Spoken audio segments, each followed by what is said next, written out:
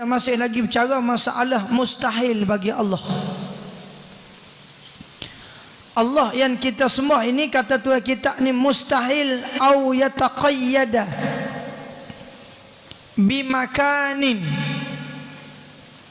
au bizamanin. Mustahil bagi Allah itu hidup berkait dengan tempat, au bizamanin, atau hidup dengan masa. Ini mustahil bagi Allah. Ni faham molek tuan-tuan. Allah yang kita sembah ini satu zat yang maha kaya, satu zat yang maha ada. Dan ada Allah itu wajibal wujud, tetapi ada Allah itu la yataqayyada bimakanin au yataqayyada bizamanin. Ia tidak berkait dengan tempat dan masa bagi Allah. Itu hebatnya Allah. Jadi ada Allah tak berkait dengan masa, ada Allah tidak berhajat pada tempat. Kalau kata berhajat, mustahil. Ni, kok mana mari ni, Allahumma salli ala Muhammad. Kita hidup ni semua ada masa, ada tempat. Lah ni tuan-tuan, kalau beranak dia ada tulis di surat beranak. Pukul berapa hari bulan, apa nama ni, hospital mana, habis tulis. Ada tempat dan masa. Lembu kita pera, beli bila, jual bila, ada masa, ada tarikh.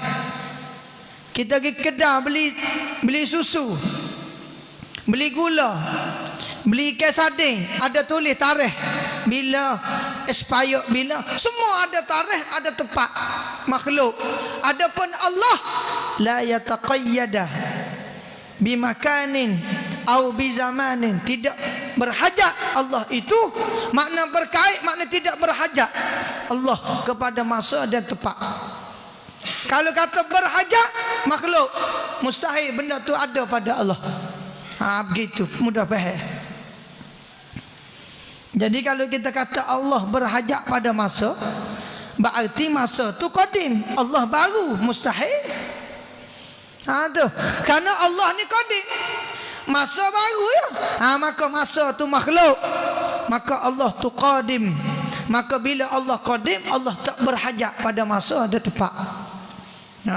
Lagu tu. Jadi hak berhajat dengan masa tempat adalah makhluk. Tu. Allahumma salli ala Muhammad wa ala ali Muhammad. Semua makhluk berhajat pada tempat dan masa. Lah ni kita duduk sini, lepas ni duduk lain pula. Semua tu berhajat pada tempat dan masa. Masa ni tidur, masa ni makan, masa ni main, masa ni beranak, masa ni mati, masa ni hidup, masa ni bawa kereta, masa ni diri, masa ni duduk. Semua tu berhajat makhluk kepada masa dan tempat. Dan benda itu mustahil ada pada Allah Subhanahu wa ta'ala. Itu makna Allah la yataqayyada bimakanin au bizamanin. Allah yang tidak berhajat, yang tidak berkait pada masa dan tempat. Ada Allah itu sebelum lagi ada masa dan tempat, Allah sudah ada. Dan setelah Allah ada, dia tidak berhajat kepada masa dan tempat, karena Allah itu qadim, masa dan tempat itu baru. Faham molek? Asal situ. Kemudian kata Tuhan kita, au yattasifa zatuhul aliyatu bil hawadisi. Mustahil bagi Allah itu keadaannya zat Allah yang maha tinggi, yang bersifat Allah bil hawadisi, dengan segala yang baharu, yakni makhluk. Mustahil.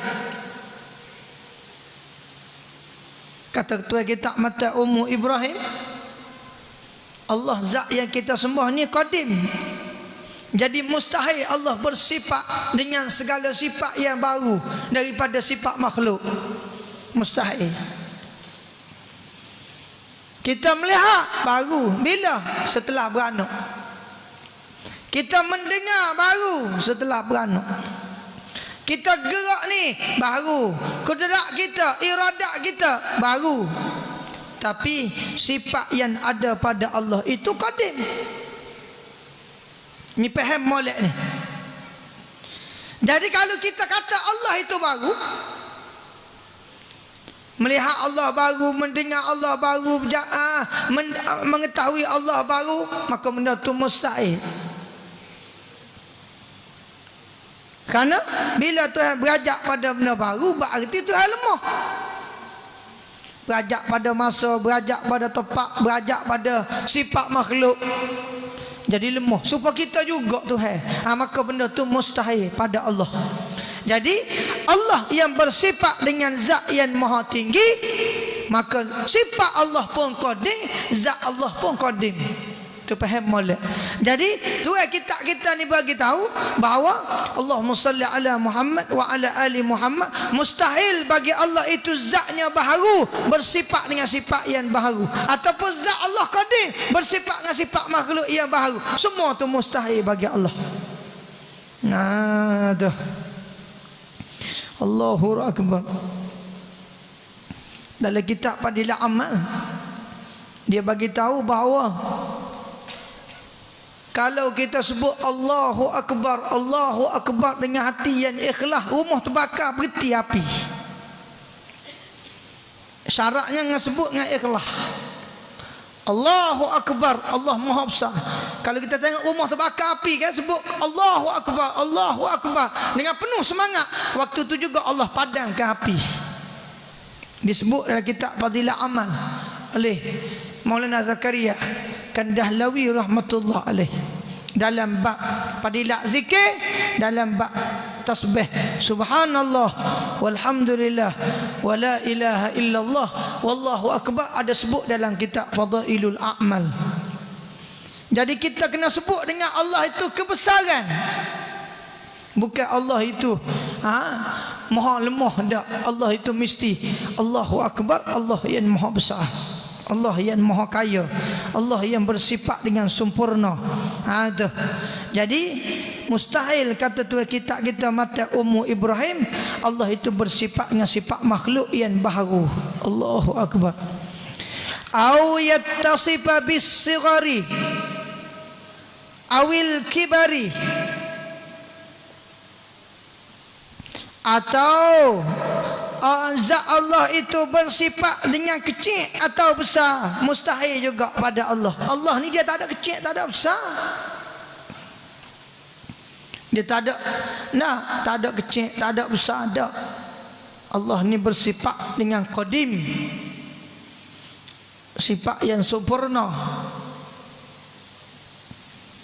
Sebab tu bila kita semaya Allahumma salli ala Muhammad, dalam sujud kata subhana rabbiyal, dalam rakaat sebut subhana rabbiyal azimi wa bihamdi, dalam sujud kata subhana rabbiyal a'la.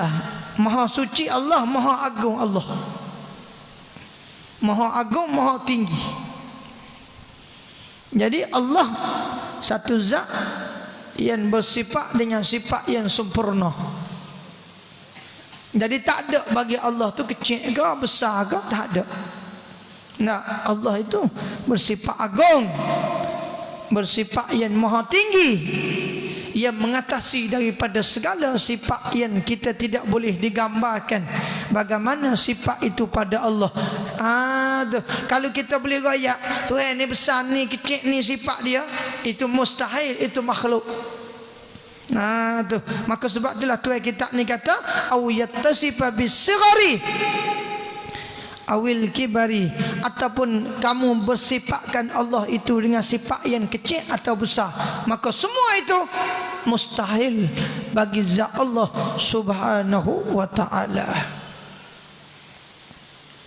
Ni faham molek. Ngaji tauhid ni kena otak perih, otak kena kembang, baru kita dia hamba. Kalau kita bodoh, kalau kita junub, kalau kita otak tu tak perih, tak dia mengaji tauhid. Karena ngaji tauhid dia tak serupa mengaji fiqh. Ngaji tauhid perlu pada fikiran yang cergah.